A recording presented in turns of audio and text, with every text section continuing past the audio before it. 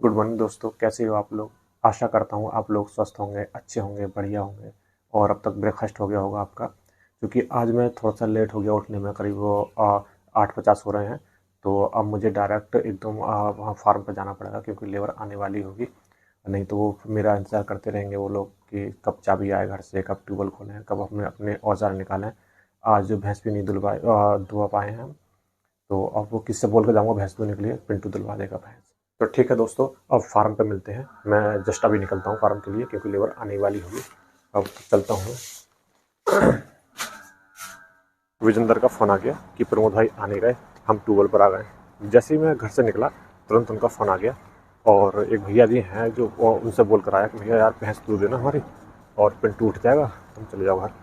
तो वो बहुत कोऑपरेटिव बंदे हैं, बहुत अच्छे हैं एकदम। कोई भी मतलब किससे भी कहें किसी काम के लिए, तो मतलब ये गांव में हमारे अच्छी हैबिट है, क्योंकि हर व्यक्ति हर किसी के काम में मतलब एकदम तुरंत हाजिर रहता है।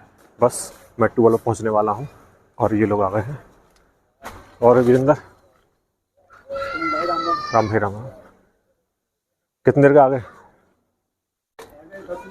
अच्छा, पता है वो घर पर ना, वो थोड़ा सा लेट हो, मैं लेट उठा आज। हाँ,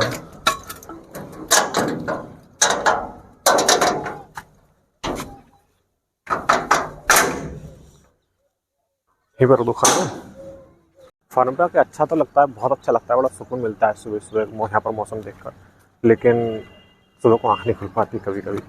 तो बस ऐसे ही रहता है मामला। और पापा है नहीं, तो मैं नॉर्मली जल्दी उठ जाता हूँ। तो पता नहीं रात क्या हुआ, समझ में नहीं आया। लेकिन आज सुबह आँख ही नहीं खुल पाई।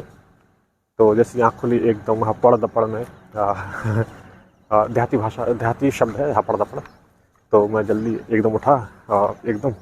तो A few moments later. यहाँ पर छिलाई का कार्य शुरू हो गया है। तो मैं देख कर आ रहा हूँ, दूसरे जो तालाब वाला खेत है उसमें हमने परेवा किया था। तो उसके ऊपर आई है नहीं आई है, और उसके ऊपर आई है तो उसे जोतने के बाद उसमें लेटा बो देंगे। A few moments later. इस वाले खेत का हमने परेवा दिया था, इसलिए भी ऊपर आ नहीं पाई है। इधर ये तालाब है, और तालाब के तीनों तरफ हमारा खेत है। और ये पूरा है इधर। इस फार्म के 3 खंदा हैं।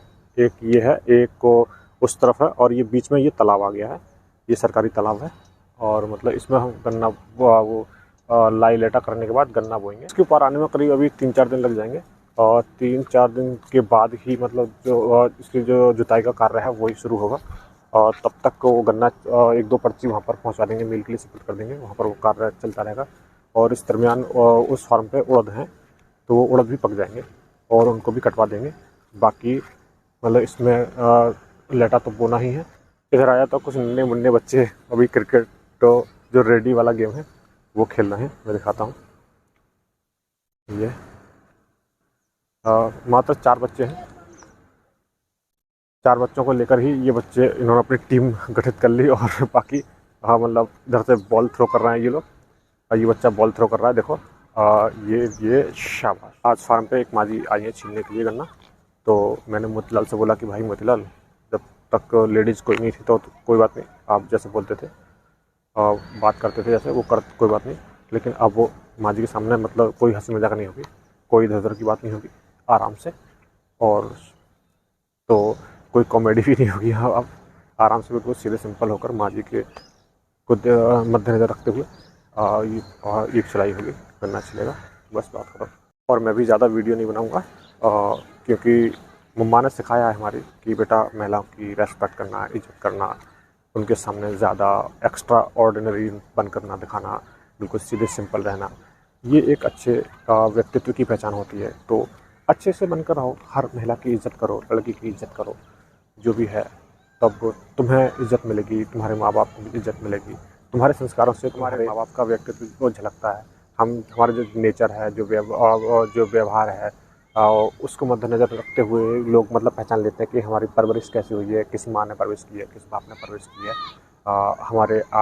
हमारे एक्टिविटीज़ को देखकर ही हमारे माँ बाप का जो परिवेश है वो मतलब इस्टेब्लिश होता है कि हम कैसे परिवार में हमारा जन्म हुआ है, कैसी हमारी परवरिश हुई है, कैसे मॉम डैड हैं। हमारे नेचर से ही, हमारी एक्टिविटीज़ से ही, हमारे क्रियाकलाप से ही और हमारी थिंकिंग से ही हमारे जो मॉम डैड हैं उनका बैकग्राउंड शो होता है, उनकी एक्टिविटीज़ शो होती है, उनका जो करैक्टराइजेशन शो होता है कि हम किस टाइप के माँ बाप को की छत्र छाया में हमारा वो लालन पालन हुआ है, परिपोषण हुआ है हमारा।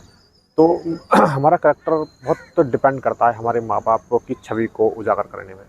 तो जैसे माँ बाप होंगे वैसी छवि होगी। अब चलते हैं उधर और देखते हैं कि मतलब कैसे कैसे छिल रहे हैं। आज 3 व्यक्ति हैं, एक मोतीलाल, एक विजेंदर और वो माँझी आई हुई हैं।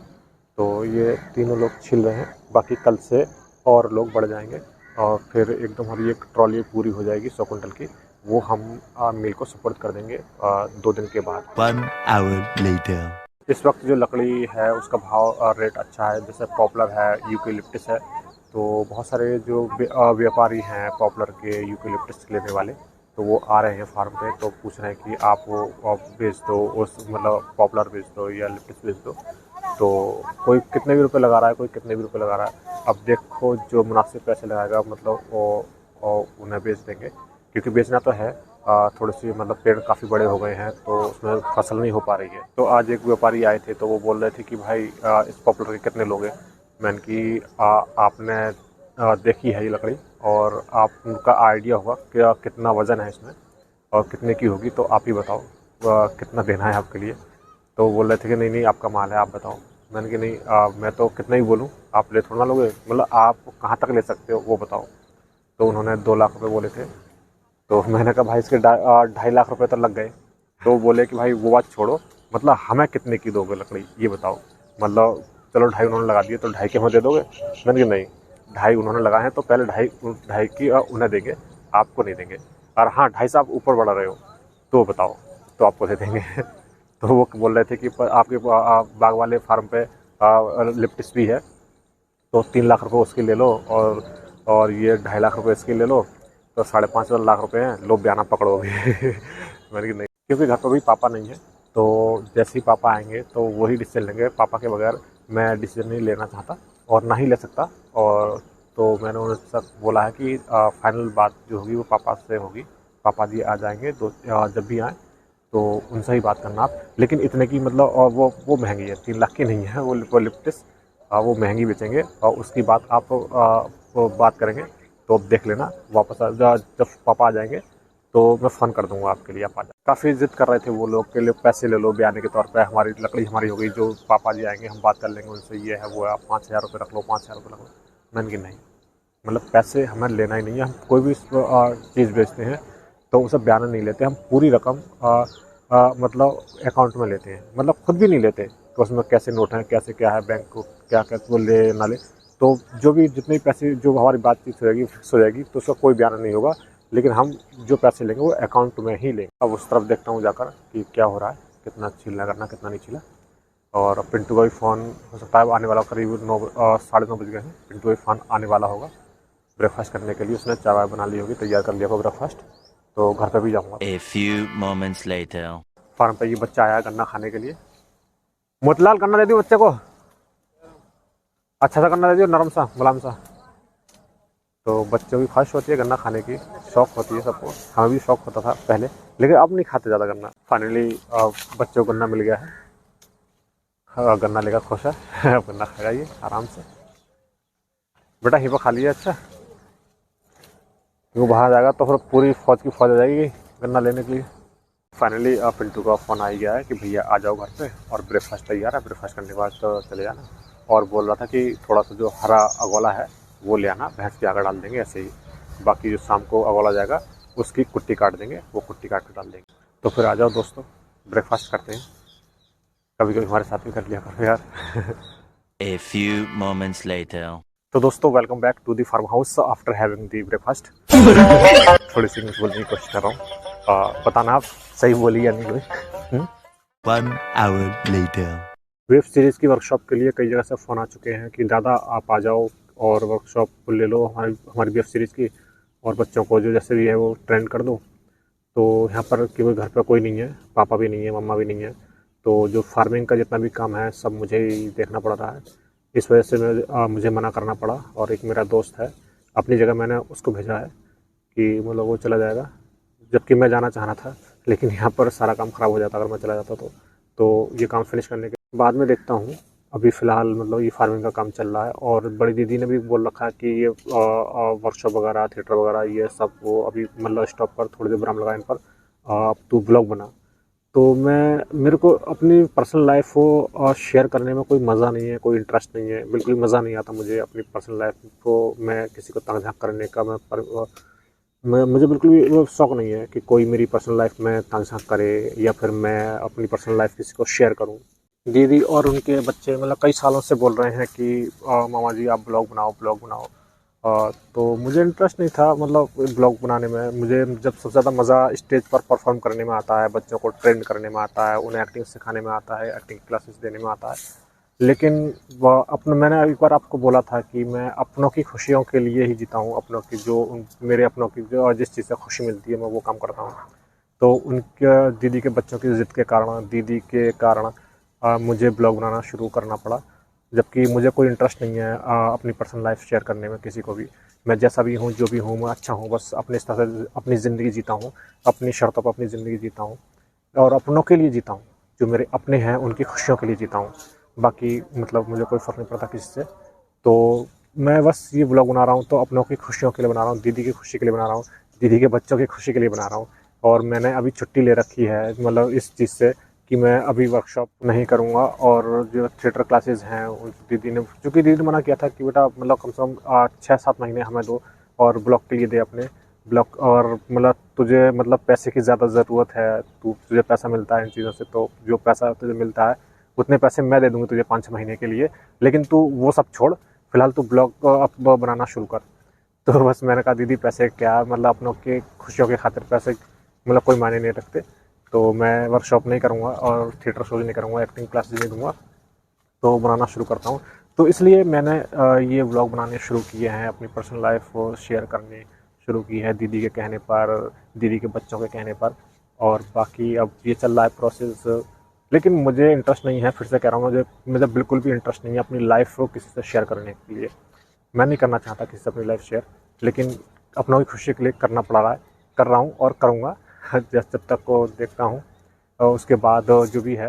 लेकिन 6-7 महीने तक तो मैं ये अब करूँगा ही, जब दीदी को कमिटमेंट किया है तो ब्लॉग बनाने के लिए, तो मैं ब्लॉग बनाऊँगा 6-7 महीने तक, डिवोटी रहूँगा अपने फार्म हाउस पर ही, मतलब वहीं पर ही मतलब ब्लॉग वगैरह बनाता रहूँगा और शॉर्ट वीडियोज़ बनाता रहूँगा। और जबकि समय समय पर जब भी मुझे बीच बीच में जब भी 2-4 दिन के लिए जब भी मुझे टाइम मिलेगा और कॉल आती है तो एक्टिंग क्लासेस भी देने चला जाऊँगा। और स्टेज शो तो शायद मुश्किल से ही हो पाएगा, क्योंकि स्टेज शो के लिए 2-3 महीने लगातार चाहिए। और जो प्ले मैंने अभी पीछे किया था, रानी मेरे शो में गई थी, तो उसका प्रोमो मतलब एडिट हो गया है, तो वो हो सकता है फ्राइडे को मैं ऑन एयर करूँ उसके लिए। तो वो आ चुका है मेरे पास, तो मैं उसको फ्राइडे को मतलब ऑन एयर करूँगा, आप लोग देखना उसके लिए। और फिर वो जो फुल लेंथ का प्ले है, पूरा प्ले है, तो उसे उसके बाद कभी मैं ऑन एयर करूँगा। तब तक मतलब ब्लॉग बना रहा हूँ और बनाता रहूँगा। आप लोग जुड़े रहिए, बस आपका प्यार चाहिए। 1 hour later. फाइनली इनका लंच टाइम हो गया है और अब वो ये लोग लंच करेंगे और मैं अभी घर जा रहा हूँ। मैं भी नहाता हूँ, धोता हूँ और लंच कर रहा हूँ। तो आ जाओ, जिसने भी लंच नहीं किया हो तो आ जाओ, करते हैं साथ में बैठ कर। 1 hour later. लंच करने के बाद मैं वापस फार्म पे आ गया हूँ और जब तक मैं यहाँ पर आया तब तक ये लोग अपना लंच फिनिश करके फार्म पे आ गए हैं और गन्ना छिलाई का कार्य शुरू कर दिया इन्होंने। और ये थोड़ा सा कोना रह गया, इसके बाद दूसरी तरफ गन्ना छिलाई का कार्य शुरू होगा। A few moments later. उस तरफ बच्चे ट्यूबवेल पर शरारतें कर रहे हैं, वो मैं दिखाता हूँ आपके लिए। देखो कितनी मस्ती कर रहे हैं, उसमें नहा रहे हैं ठंडे पानी में। ये बचपन होता ही कुछ ऐसा है, मौज मस्ती बिंदास, कोई टेंशन नहीं किसी प्रकार की। A few moments later. ये बचपन होता ही कुछ ऐसा है, इसमें मतलब बिल्कुल टेंशन फ्री बंदा रहता है, किसी प्रकार की कोई चिंता ही नहीं रहती। देखो कितनी मस्ती कर रहे हैं ये बच्चे, कितने अच्छे लगा नहाते हुए छोटे में। तो आपने देखी बच्चों की मस्ती, कैसे मस्ती करते हैं गांव में, बिल्कुल खुलापन होता है, बिल्कुल बिंदास रहते हैं, मौज करते हैं, अपनी लाइफ को खुलकर जीते हैं। और जो गाँव के बच्चे होते हैं ना, उनमें स्टेमिना भी ज़्यादा होता है बच्चों के शहर के मुकाबले। जो स्टेमिना गाँव के बच्चों में होता है वो शहर के बच्चों में नहीं होता है। हाँ वीरेंद्र क्या करें? हाँ बच्चे वीडियो बना रहे थे। यार लाइट भाग गई, पानी लेने आयो, नल से भर लियो।